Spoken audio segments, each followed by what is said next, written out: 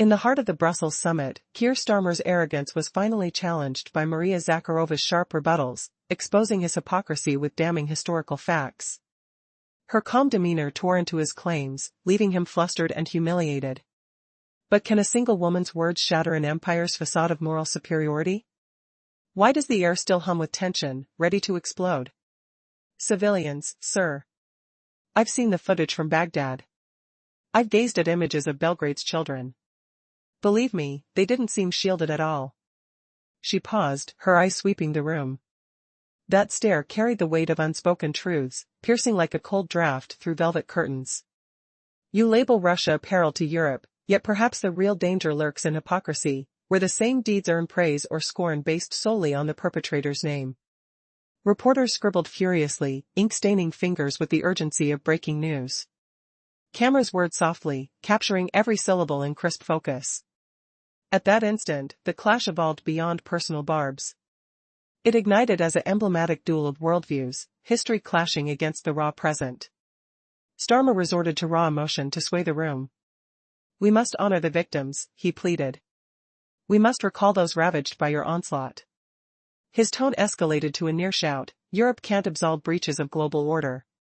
But Zakharova countered with serene quiet. Victims, Sir Starmer? Yes, let's cherish the victims. The fallen of colonial wars, the shackled in slavery, the starved under imperial rule. We honor all, not just those conveniently stitched into your tale.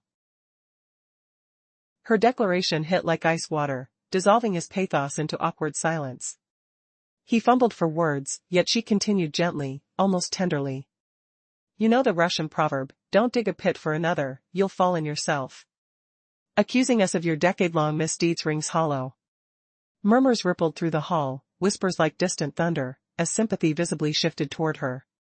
Not out of agreement, but because her logic eclipsed his panicked slogans. Starmer slumped back, his complexion ashen, defeat etched in every crease. Shoulders slumped, he stared blankly, grasping for answers in the void. Zakharova remained poised, her composure unyielding as a fortress of facts. But as the room held its breath, what unspoken truth would Zakharova unleash next, leaving Starmer teetering on the edge of total collapse? The scent of triumph lingered, metallic and bitter, promising no escape. He watched the audience rippling with each sharp comeback. The hall's reaction cut deep, chipping away not just his argument, but the respect he'd built. Zakharova pressed on, her address now sweeping toward everyone gathered. Europe preaches unity. Yet, we witness borders hardening into factions. We see nations profiting at others' expense. We observe slogans masquerading as shields for profit motives. And honestly? This is the true peril lurking over tomorrow's path. In that charged instant, Starmer bolted upright. You're cynical, he nearly shouted. Twisting falsehoods into truths. Your claims are mere indoctrination. The world sees through it. Zakharova met his gaze steadily, eyes narrowing just a fraction. Indoctrination, Mr. Starmer. That's parroting phrases sans evidence. Exactly what you've been reciting for the past 30 minutes. Laughter erupted through the room. Even interpreters, striving for detachment, couldn't stifle smirks. Starmer collapsed into his seat, as if drained from within. He'd surrendered the debate and his poise. His voice quavered. Hands trembled. Exhaustion glazed his eyes, the realization of his unraveled facade. Zakharova remained poised. No triumph flickered there. Her expression stayed resolute. Her stare unwavering, as one who clings to verified chronicles, not hollow promises. The scene morphed into a verdict delivered by the hall itself. What if one wrong word shattered a career? Every whisper, every titter, every click of cameras zoomed in on Starmer's faltering mask. The air grew thick, clinging like humid fog after those grueling hours. Journalists perched on seats' edges, unmoving. Normally, half would drift to corridors by now. But today? Everyone sensed witnessing something seismic. Headlines would explode globally tomorrow. Starmer appeared drained. Yet a stubborn ember burned inside. He couldn't yield entirely. Too much hung in the balance. His reputation. His stance as Europe's sentinel. A bitter taste coated his tongue, like bile from unspoken fury. Fingers drummed lightly on the table's sleek veneer. The chill from air conditioning prickled his arms, heightening awareness. What secrets lay buried in Zakharova's poised stance? Could she unearth more scars he hid? The summit floor felt unsteady beneath his polished shoes. Hearts pounded audibly over soft murmurs. A bead of sweat traced his collar, cool and unwelcome. Would he summon one final surge, or crumble under her relentless tide of truths? The silence stretched, knife-edge tense, as shadows of doubt crept closer. In a heated exchange that exposed the fragility of European unity, Keir Starmer's voice trembled as he attempted a defense, but Maria Zakharova countered with chilling memories of innocent victims ignored. The summit hall grew heavier with unspoken truths, leaving everyone wondering if words could shatter illusions of power. Have you ever wondered what really lurks beneath the polished facade of empire builders, the silent screams of exploited millions that echo through history's shadows?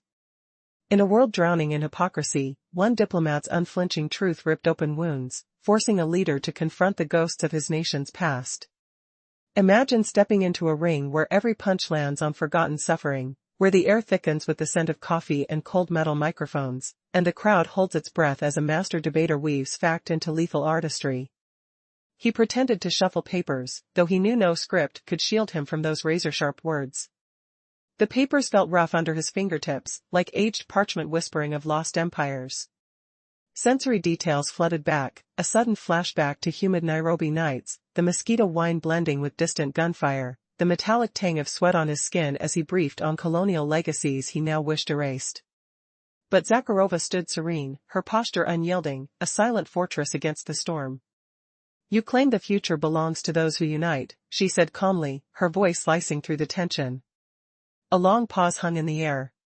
Yet that future surely rejects builders of forgetting, deceit,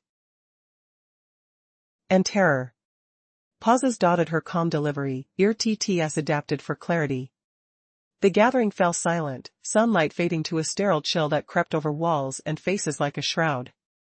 Cameras clicked softer now, murmurs ebbing. Everyone sensed the debate evolving into something epic, a clash of ideologies far beyond mere diplomacy. Starmer slumped, lips pressed tight, his face ashen, pale as a man forced to swallow bitter pills of unwelcome reality. Zakharova adjusted a strand of hair, sat composedly, and jotted a note in her notebook, as if sealing another routine victory. The dimming light clawed at the room, exhaustion settling like dust on participants, yet the exchange deepened, its tone sharpening to profound gravity. Starmer rose unsteadily, each step a battle, eyes flickering with desperate fire. He realized this might be his final bid to reclaim control. "We could argue endlessly, Madame Zakharova," he began, voice edged with emotion. "But undeniable facts demand acknowledgement. Your deeds inflict anguish." He spoke of people now, not strategies, of shattered families, afraid children, fleeing refugees. Can you not see those faces? Do you not grasp that no tale excuses today's losses, lives and futures erased? Europe must address this. Europe must safeguard them. His words wavered at the end, dropping like unspoken sobs. No longer the icy strategist or fact-flinging accuser, he became someone aching to stir compassion. Silence enveloped the hall, the weight of his plea rare and raw. Prepare for the jaw-dropping turn as silence cracks open. Revealing if empathy or cunning will claim the summit, stay tuned, because this confrontation is far from over. Maria Zakharova rose calmly, a stark contrast to Keir Starmer's trembling voice. "Faces?" "Yes, sir." She whispered it, her words slicing through the heavy air like a blade through silk. "I see those faces too. The faces of children in Iraq, their wide eyes haunted by dust and echoing bombs. Women in Libya, their cries muffled by rubble and the acrid stench of gunpowder. Elders in Serbia, their wrinkled hands clutching memories of lost homes, fingers trembling against cold metal chairs. I still see them, even if you choose to erase them from your mind." She stepped toward the podium, her heels clicking softly on the polished floor, each step amplifying the tension in the room, where the scent of coffee mingled with sweat and the faint metallic bite of microphones. "Do you want to talk about suffering, sir? Let's do it honestly. Suffering doesn't wear a national flag. When you only weep for your own victims but bury the others in silence, it's not compassion, it's a weapon. And that makes your pleas hollow echoes in a vast, indifferent hall. But those echoes reverberate, filling the space with uncomfortable truths. Starmer clenched his fists, knuckles whitening as if gripping an invisible noose. You're comparing the incomparable, he snapped, his voice harsh, like a door slamming in a dimly lit corridor. Past mistakes can't excuse today's atrocities. Zakharova narrowed her eyes, her gaze sharp, piercing through the dim blue underglow of the walls. Past mistakes? You've never really admitted them, have you? Those errors aren't pages you can tear from history, they linger. Alive and festering in the shadows of your denials. And when you preach morality to others without cleansing your own conscience, your sermons turn into a mockery, a bitter farce that everyone hears but pretends not to. She lifted her eyes, her stare sweeping the chamber, engaging not just Starmer but the entire audience, their breaths held in collective unease. You claim Europe must protect people, splendid. But why then didn't Europe shield Greece from the chains of debt slavery? Why did it abandon millions of migrants rotting in icy camps, the wind howling through weak tents, carrying the stench of despair? Why doesn't it guard its own citizens from skyrocketing prices and crises it unleashed itself? Where's your solidarity when it truly matters? The room hummed with murmurs, a restless buzz like bees disturbed from their hive, as delegates shifted, feeling the sting in their own nation's wounds. Starmer attempted a pivot, his tone rising desperately, almost shrill. But Europe remains the world's beacon. A symbol of liberty, rights, and fairness. Zakharova smiled, not with mockery, but with weariness, like someone enduring a tiresome refrain. A beacon? She echoed, her voice steady, laced with quiet reproach. Forgive me, but didn't you extinguish your own light? A question that hung in the air, provocative and undeniable, igniting whispers of doubt. How could a so-called leader cloak hypocrisy in righteousness? How long before this facade crumbles, revealing the true cost of forgotten empires? The hall pulsed with anticipation, cameras whirring softly, capturing every flicker of Starmer's faltering confidence. Would he crumble completely, or twist free in a wildly unexpected reversal? The tension coiled tighter, promising revelations that could shatter alliances. In a historic verbal sparring match, Sir Keir Starmer, leader of the British opposition, stood poised as the tensions in the room reached a breaking point. Rising from his seat, his pale face and tightly pressed lips mirrored the exhaustion of a fighter on the ropes. He clutched his notes, trembling slightly, but soon discarded them, recognizing that written words would not save him now. Gentlemen, he began with a shaky firmness, let's not forget. Europe is not alone. Our allies stand with us, the United States, Canada, Japan, Australia. Together, we represent a civilized world united by shared values. He paused, glared at the audience, and continued, in stark contrast, Russia remains isolated and supported only by dictatorships. Isn't that proof you're straying from progress? His voice resonated with an accusatory fervor, punctuated by sharp assertions about international law. Russia violates borders. It disregards the decisions of international organizations. If we allow such behavior, we risk erasing the very meaning of international law. Europe must protect this order, or chaos will engulf us all. His words echoed like a thunderclap, an indictment filled with the energy of a prosecutor ready to bring the case to a close. For a moment, the audience seemed to awaken, caught in the urgency of his rhetoric. But then, like a carefully struck match against an icy surface, Maria Zakharova rose, her calm voice slicing through the air with precision. International laws, she repeated softly. A noble thought, but Mr. Starmer, who wrote these laws? Who established these rules? Isn't it the very states that have consistently broken them? She locked her gaze on the assembly. You speak of borders. Who dismantled the borders of Yugoslavia? You reference international organizations. Who ignored the United Nations Security Council when it initiated the war in Iraq? You argue about rights while wielding international law as a weapon of oppression. Starmer's brow furrowed, frustration evident, but she silenced him with her relentless questioning.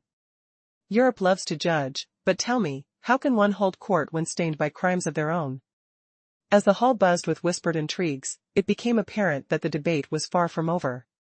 Zakharova's tone carried a blend of authority and calm, exerting mastery over the dialogue like a seasoned maestro.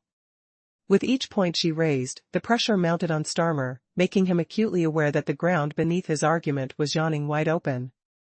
And now, as their duel escalated, the pivotal moment loomed, a confrontation that would reshape perceptions, but who would emerge victorious? The atmosphere thickened, the stakes heightened, and one question hung palpably in the air: could rhetoric truly mask reality? Would history judge this clash as a turning point, or merely another exchange in a series of entangled accusations? The outcome remained uncertain, cloaked in a veil of dramatic tension. Attention! Just 5 minutes ago in Europe, a stunning event unfolded. At a summit packed with dozens of world leaders, the unthinkable occurred. Keir Starmer, Britain's top opposition figure, aimed to challenge Russia directly. Yet, in that instant, Maria Zakharova seized the microphone and delivered words that silenced the room. News cameras scrambled to record it. Just what did Zakharova say to derail the summit and leave Starmer cornered? Stay tuned for the full tale.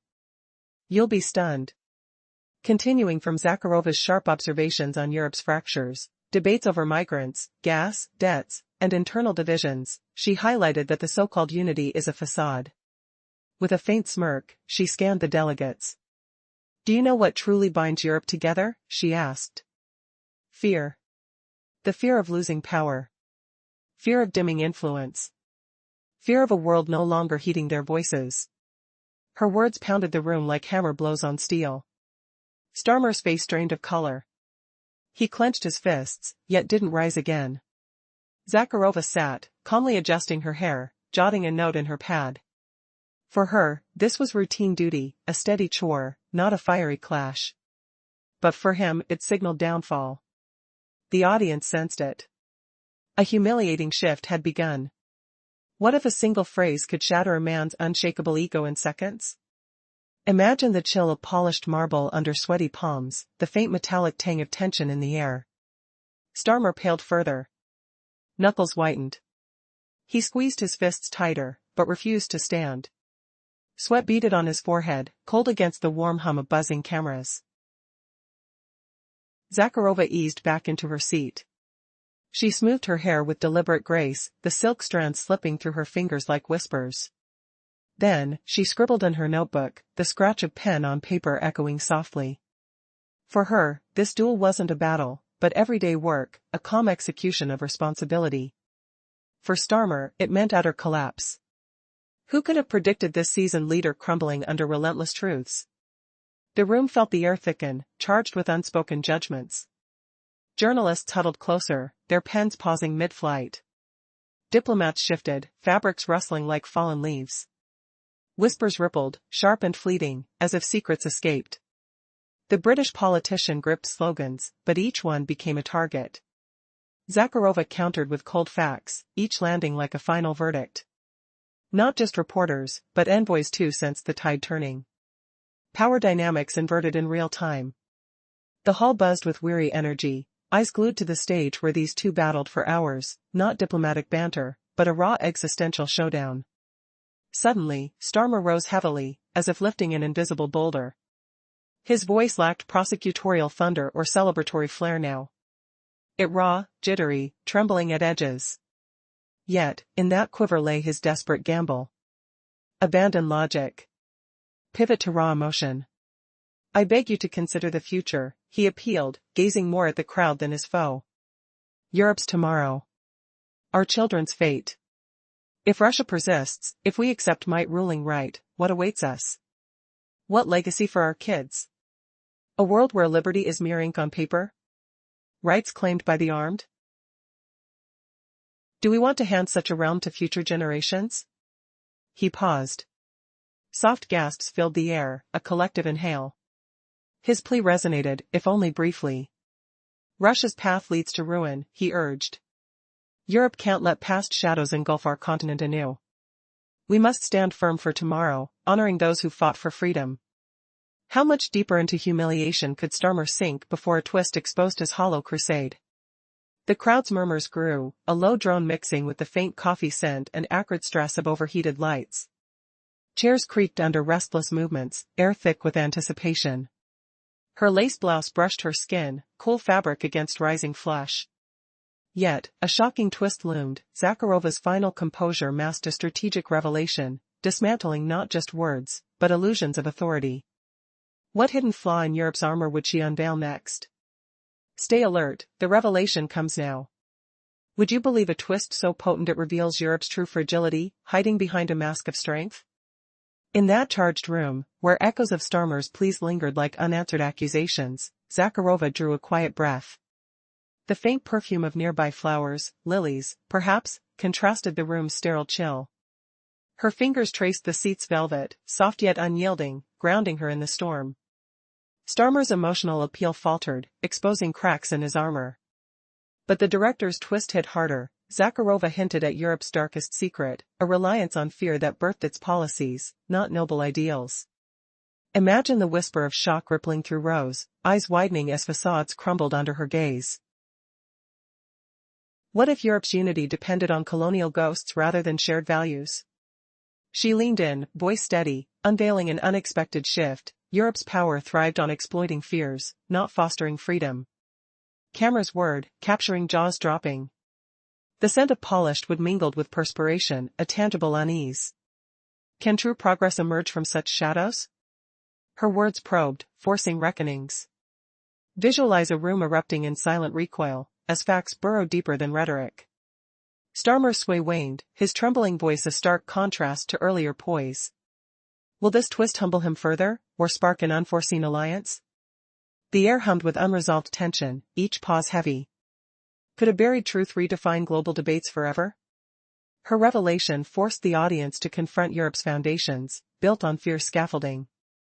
An unexpected fact surfaced: colonial echoes drove modern policies, twisting ideals into tools of control. The crowd stirred, whispers escalating. Who dares challenge the narrative when facts clash like swords? Starmer's posture slumped, defeat palpable in his wavering tone. What alliance might form next, or what betrayal? The hall's energy coiled, waiting for the cliff's edge. Russia must grasp its road leads to denial, he pressed. Europe shall not permit ancient gloom to reclaim our lands.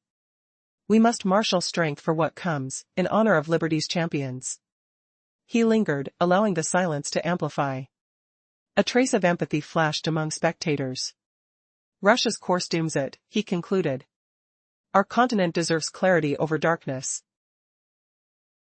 Moments of silence filled the air as the tension between two political titans swelled. Here Starmer, standing firm, tried to convey the urgency of his message. He argued that Russia needed to recognize its flawed path, warning that Europe couldn't afford to let the darkness of history overshadow its future. In his gravelly voice, his passion echoed through the hall. The mothers crying in Syria weep just as deeply as those in France. Yet, you choose whose tears to acknowledge, he charged, his frustration palpable. Then, with a sudden hush, Maria Zakharova rose with deliberate grace. Each step she took seemed measured, as if time itself was bending to her will. She repeated his word, future. In her melodic tone, Zakharova challenged, Mr. Starmer, you speak of the future, yet you always regard Russia as the villain in your narrative. A thoughtful pause descended upon the assembly. Could the issue lie not in our actions, but in Europe's unwillingness to confront its own present? Her pointed gaze swept across the audience, sharp enough to silence any dissent. You claim Russia threatens the children of Europe. But let's be honest, who robbed the future from the children of Iraq? Who robbed the children of Libya? Was it Russia? She sharpened her tone, driving the blade deeper. No, sir. That was you and your allies. Starmer's facade of confidence cracked, sweat forming on his brow as he realized the weight of her words. Preserving her calm, Zakharova continued, you wish for the world to believe that only Russia bears the blame for its imperfections. But the truth is that the hypocrisy lies within those who profess freedom but snatch it away when it suits them. The audience was silent, each member hanging on her every syllable, pens pausing mid-note. We, too, think of the future, Mr. Starmer, she asserted, her voice swelling with authority. But a future cannot be built on lies, on double standards, or on fear that you feed the people of Europe toward Russia, Asia, or anyone who dares to be different. The intensity of her voice enveloped the hall, transforming her words into an undeniable force. Fear is no foundation, it breaks apart, revealing the truth you've long evaded. Starmer raised a tentative hand, poised to rebut, but Zakharova's icy gaze rooted him in place. You say you want to protect the children of Europe.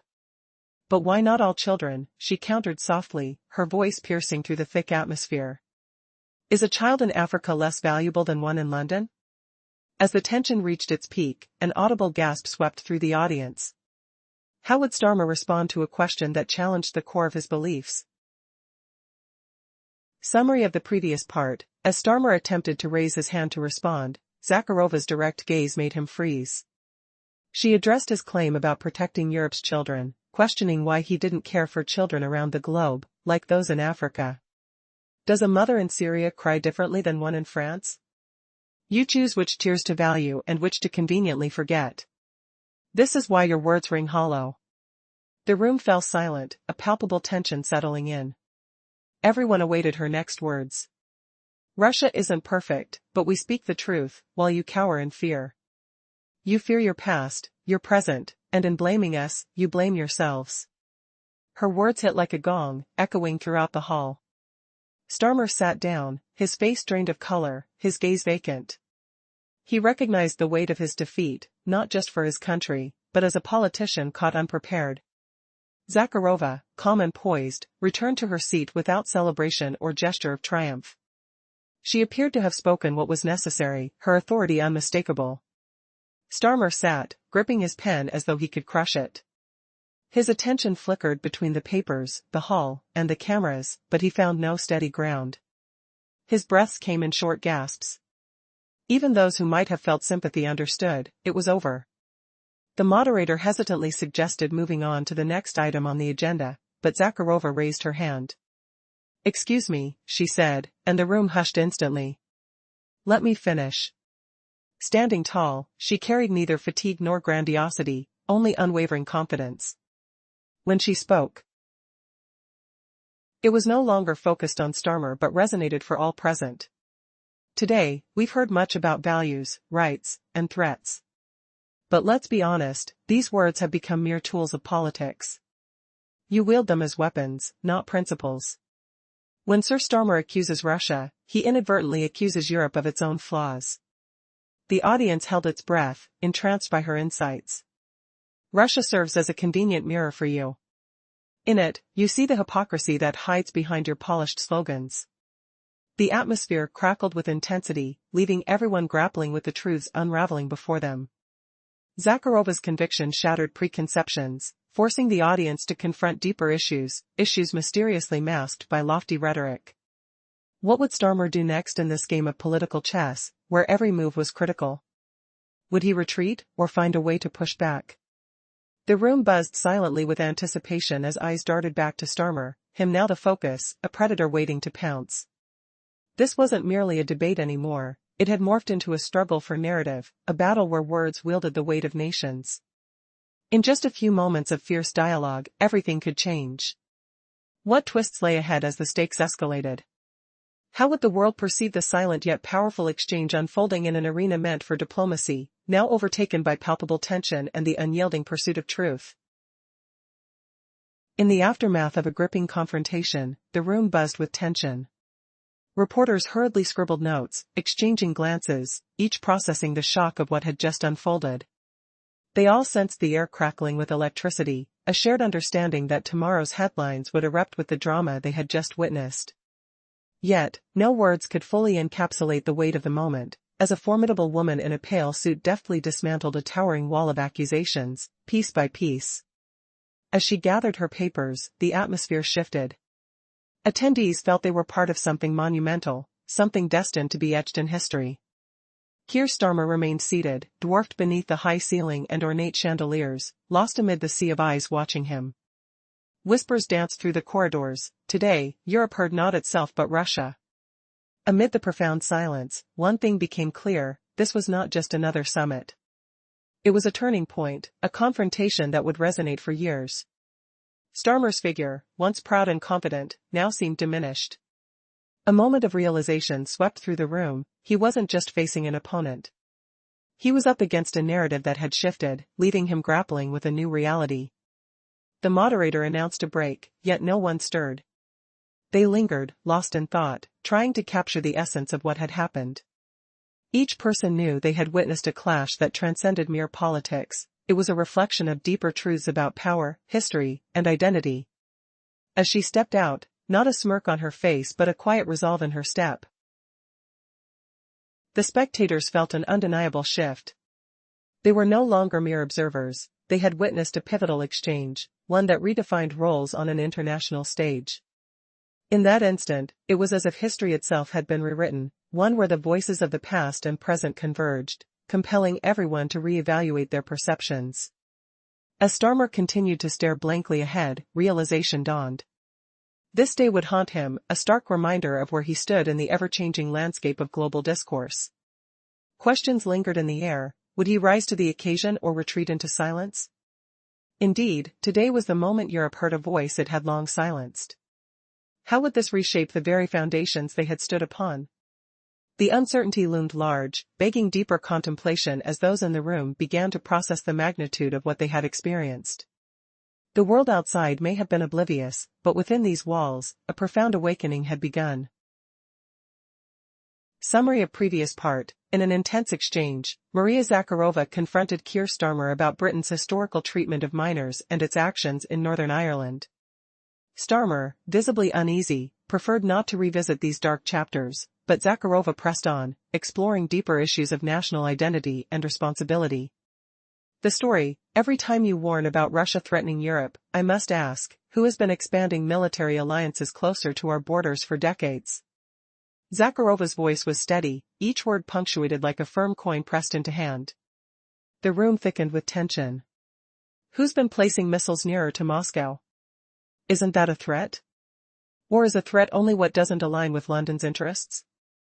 Starmer shifted uncomfortably, attempting to redirect the discussion. Let's discuss economics, he said, revitalized. Russia is lagging behind. Your GDP is less than Italy's. Your industry is in decline. What's the point of boasting about achievements if your country can't compete globally? Her smile widened, as though she had been waiting for this moment.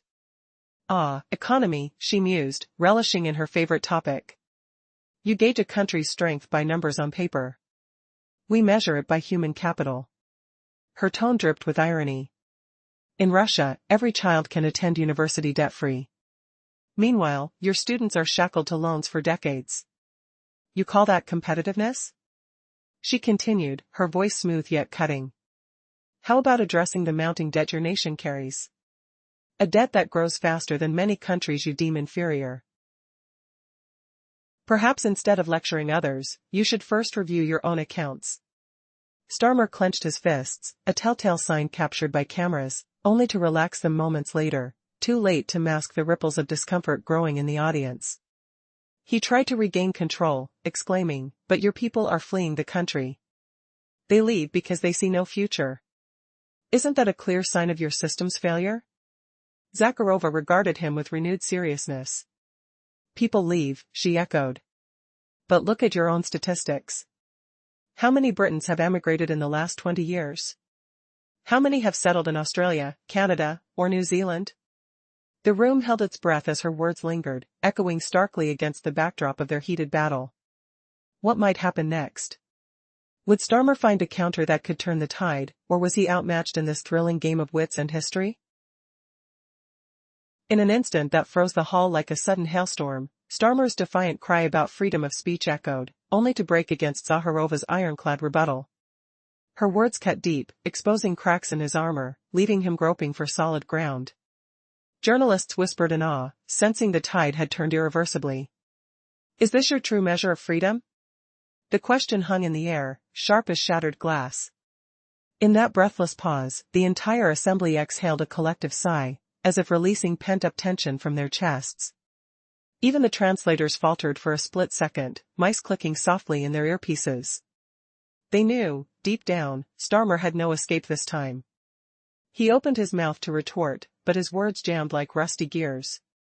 He stumbled mid-sentence, voice trailing off into a hollow silence.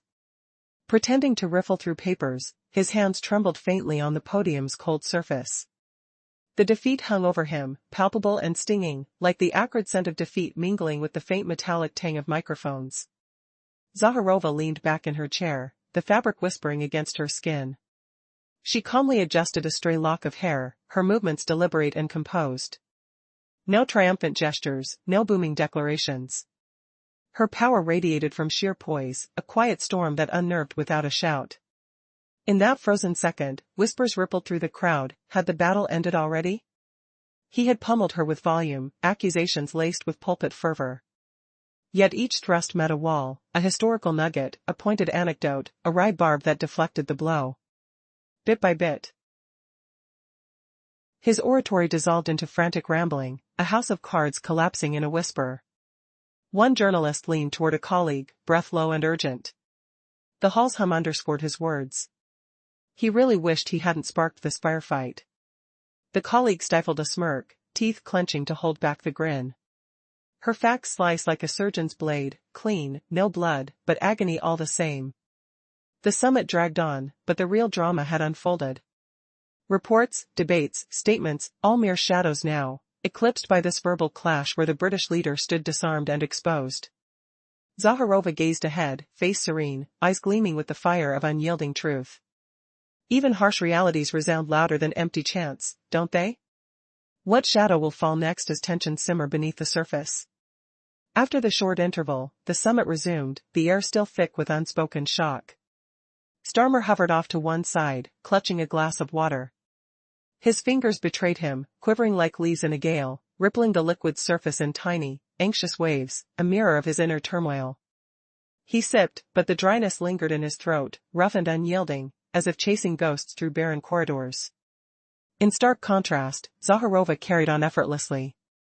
She murmured with the translator, her laughter light and musical, like wind chimes in a breeze. Exchanging amiable nods with neighbors, her expression was flawless calm, unmarred by furrows or frowns. The contrast sharpened, Starmer fidgeted endlessly, yanking at his tie, a loop that cinched tighter than before, his eyes darting around the room, pleading for a glimmer of backup from the silent allies. They watched like spectators at a chess match, unwilling to intervene, letting him absorb the full brunt alone.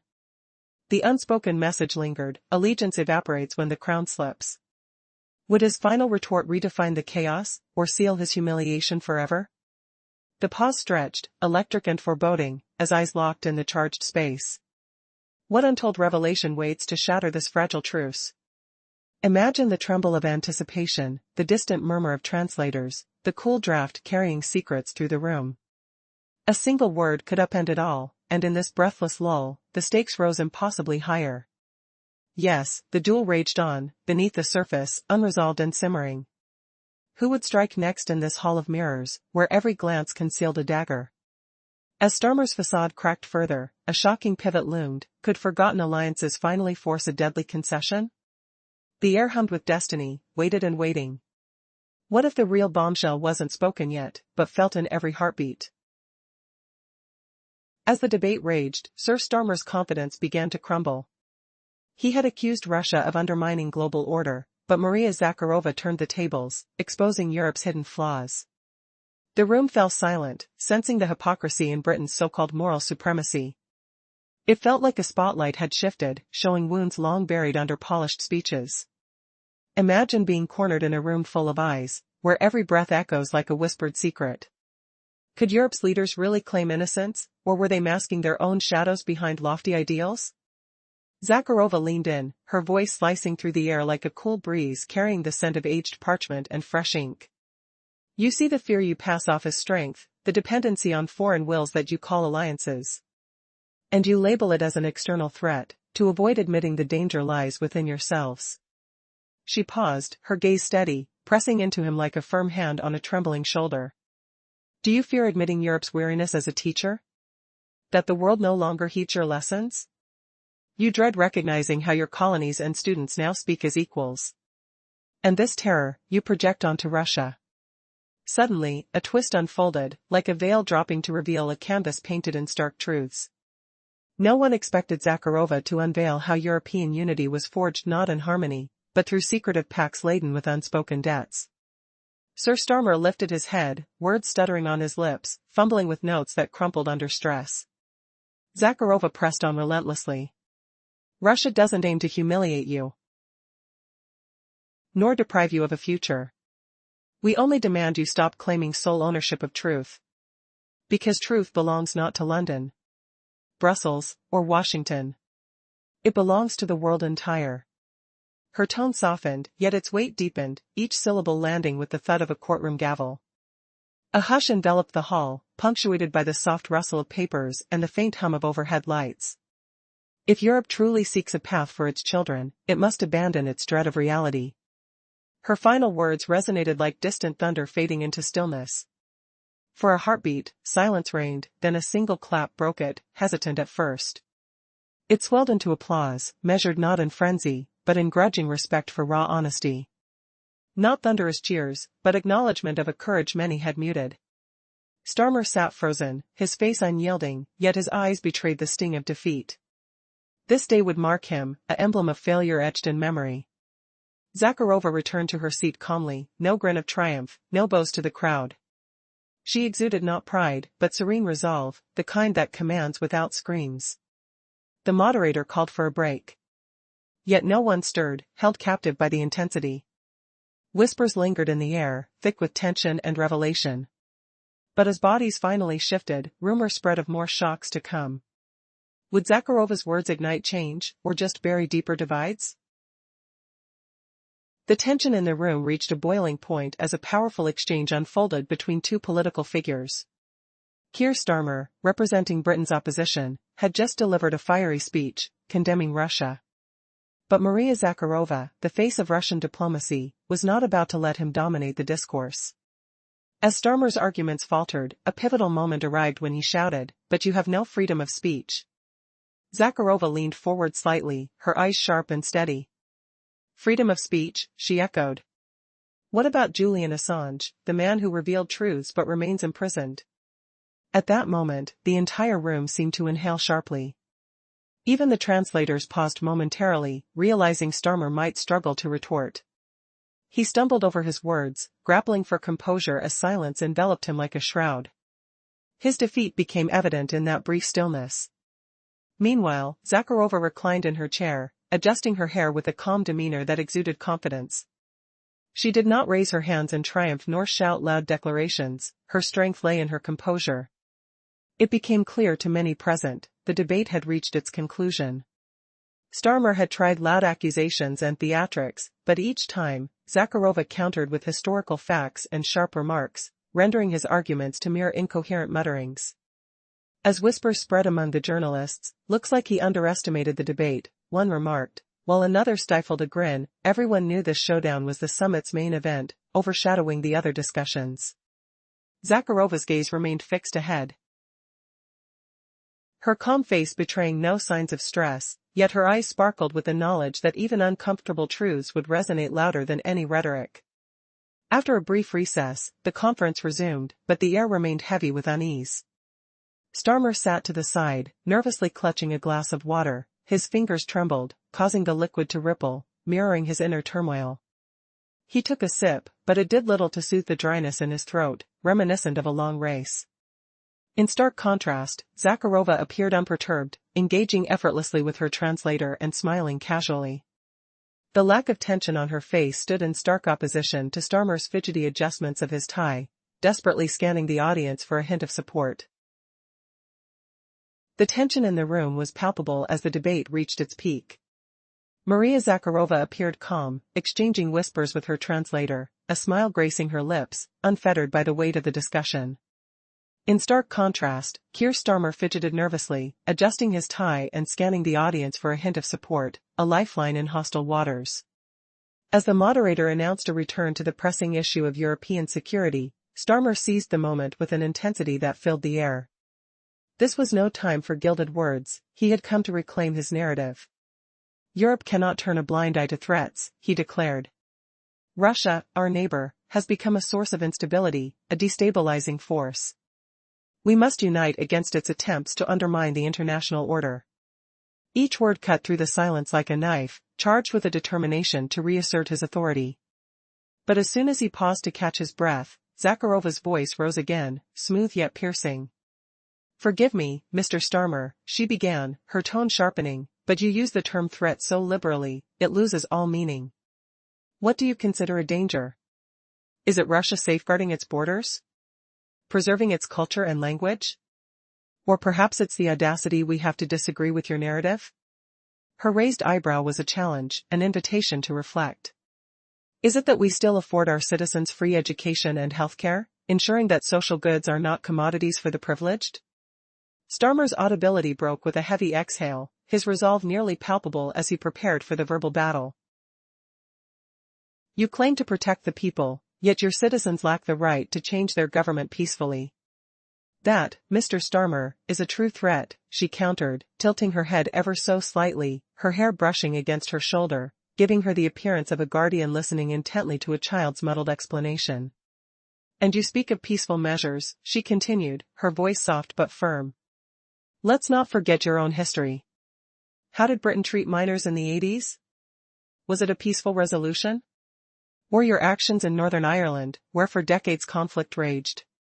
The room fell silent, the gravity of her words sinking in as Starmer's face paled, the uncomfortable truth catching him off guard.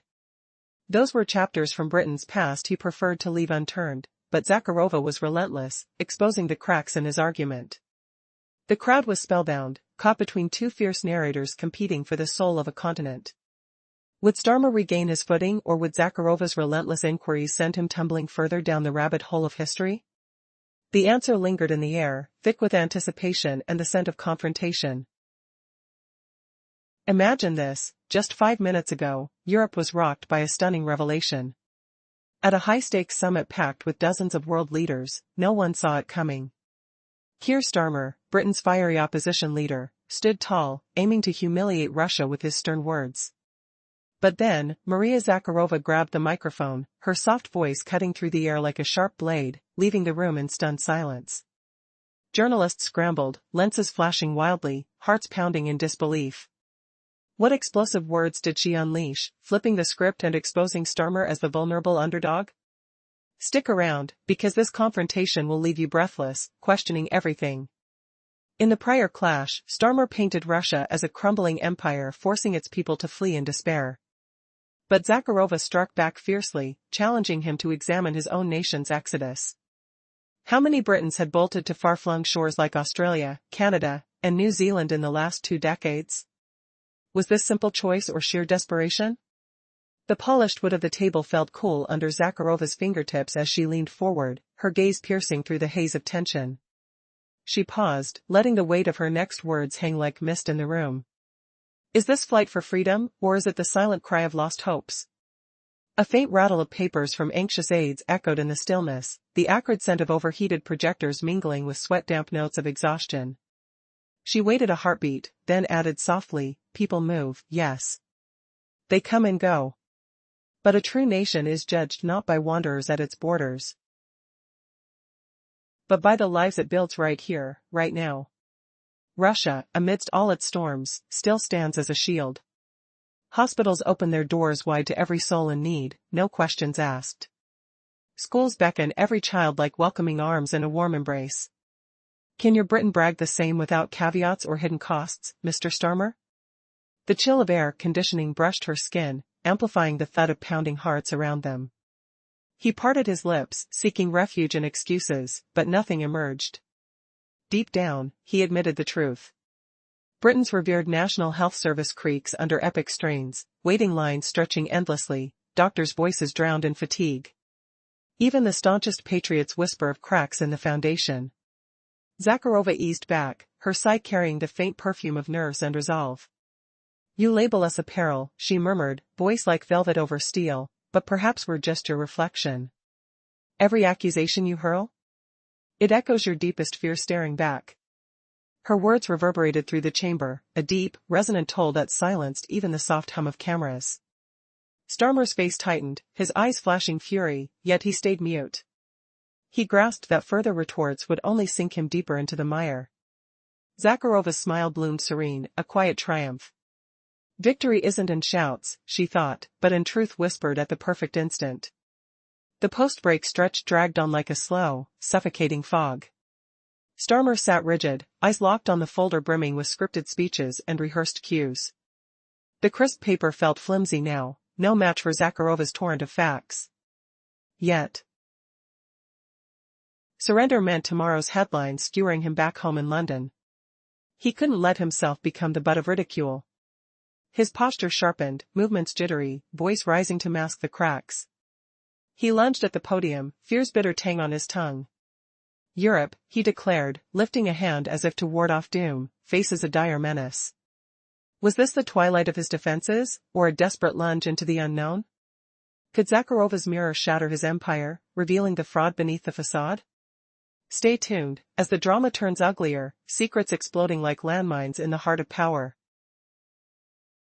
As the tension mounted in the Brussels summit hall, Keir Starmer lashed out at Russia, dismissing its government as isolated and supported only by dictatorships. He invoked Europe's allies like the United States, Canada, Japan, and Australia as beacons of shared values. But Maria Zakharova's smile shifted from tired indifference to sharp focus, ready to counter with facts that exposed Europe's hidden cracks. "Oh, that beacon of yours?" Zakharova's voice cut through like a sudden gust of wind, carrying the faint metallic tang of stressed microphones. "Is this the same light that flickers on and off based on what's profitable for your budgets? The one that guides some while blinding others in its glare? Does that sound like true fairness?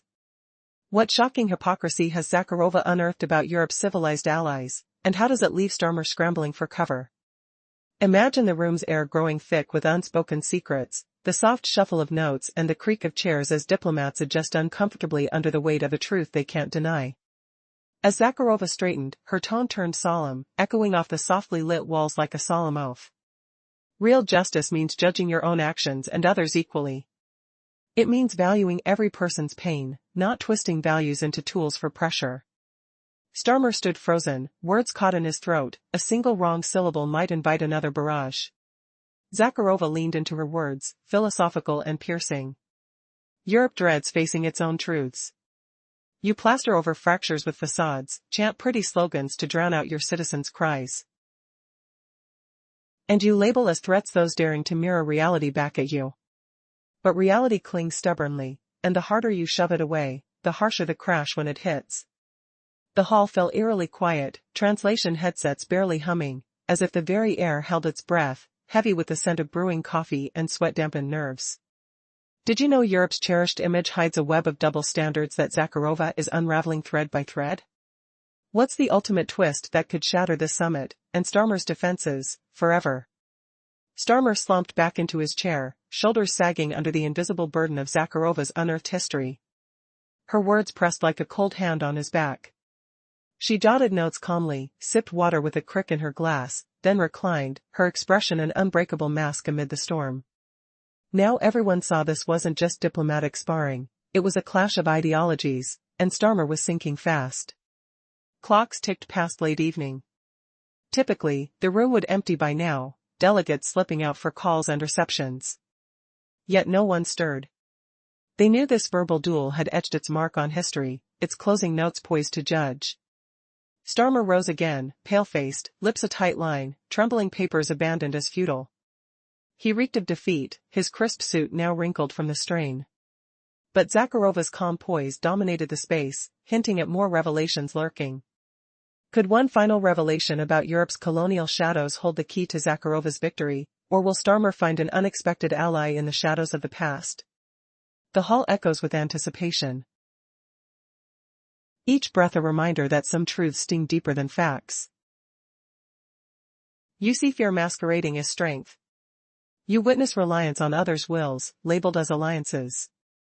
And you call it an external threat to avoid admitting, the real danger lurks within you. Can a continent built on domination truly claim moral high ground without confronting its own shadows? She paused, her gaze steady yet piercing like a blade cutting through mist. The air grew heavier, carrying the faint tang of polished wood and nervous sweat. You dread admitting Europe tires of its teacher's role, that the world no longer hangs on your every word. You fear acknowledging colonies and pupils now speak as equals. And this terror you project onto Russia. But here's the shocking twist, Russia doesn't aim to demean or rob you of tomorrow. We simply demand you cease hoarding truth like a relic. Truth isn't owned by London, Brussels, or Washington. It belongs to the world. Her voice softened, yet gained weight, vibrating through the room. If Europe seeks a future for its young, it must stop fleeing reality. These words hit the hall like a final crescendo, shattering silence. Yet, hearts pounded, papers rustled softly. A hush reigned a few seconds, then solitary claps echoed. Fingers met palms, building to thunderous applause. Not wild cheers or blind zeal, just admiration for unyielding arguments and bravery to voice unspoken thoughts. Stammer stood frozen, his face a mask, but eyes betrayed defeat like cracks in armor. He sensed this moment branded him with failure, a scar never forgotten. Zakharova sat calmly, no smile, no bow, no basking in ovation. She appeared as if fulfilling a duty. In her eyes gleamed not pride, but serenity, a force that hushed critics. The moderator called a break, but stillness gripped the room. Minds reeled from the drama. Questions swirled unspoken. Had the old order just crumbled here? Were allies recoiling from their own reflections? And then, the unthinkable reveal ripped through. Zakharova's words weren't isolated fury, they echoed classified Eurodocs exposing skepticisms of their own policies. Would this spark rebellion against self-deception? What if Europe's beacon dimmed further, forcing humiliation unimaginable? In this gripping encounter that unfolded just moments ago, the atmosphere buzzed with intensity as two formidable figures faced off. Keir Starmer, Britain's charismatic opposition leader, had aimed to discredit Russia, but Maria Zakharova, the spokesperson for the foreign ministry, was poised to turn the tables on him. The world watched closely, breathless with anticipation. As tension spiked, Zakharova spoke with precision that sliced through the air, targeting Starmer's past. Every warning you issue about Russia threatening Europe makes me ponder, she began, steady and unwavering. Who has encroached on our borders with military alliances for years? Is it not your actions that have encapsulated us within such an ominous shadow? Each syllable was deliberate, the impact palpable. The audience felt the shift, a reverberation of uncertainty fluttering amidst the gathered diplomats and journalists. Starmer flinched under the weight of the inquiry, trying to steer the conversation toward economics. Let's talk about numbers, Maria, he asserted, regaining composure. Your nation's GDP struggles to match Italy's. Your industries are faltering. What's the value in boasting about achievements if your country can't hold its ground in the global arena? Yet, Zakharova's smile broadened, as if she relished this moment. Ah, the economy, she mused, her tone laced with condescension. You measure power in dry figures, while we value our human capital. In Russia, education is free for every child. Meanwhile, British students graduate with mountains of debt, bound like shackles. How do you consider that a competitive edge? The audience leaned in, captivated by her cutting remarks that struck with the sharpness of reality. Starmer grew visibly agitated, fists clenched in a battle with discomfort, only to release them as he attempted to regain his footing. But your citizens are fleeing. They see no hope in your system. Isn't that the ultimate failure of your governance? The crowd simmered, waiting for Zakharova's counter. People flee, she replied, her expression defiant. But how many British citizens have sought new lives abroad? How many have left to start anew in Australia or Canada?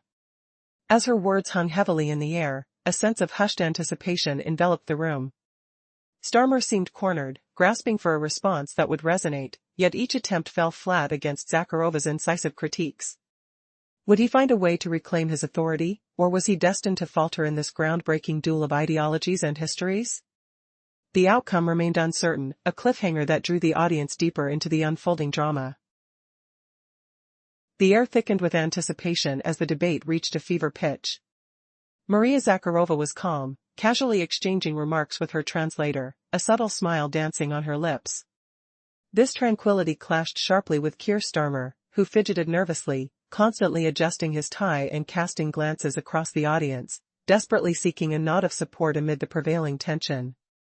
As the moderator pivoted back to the urgent discussion of European security, Starmer sensed his moment.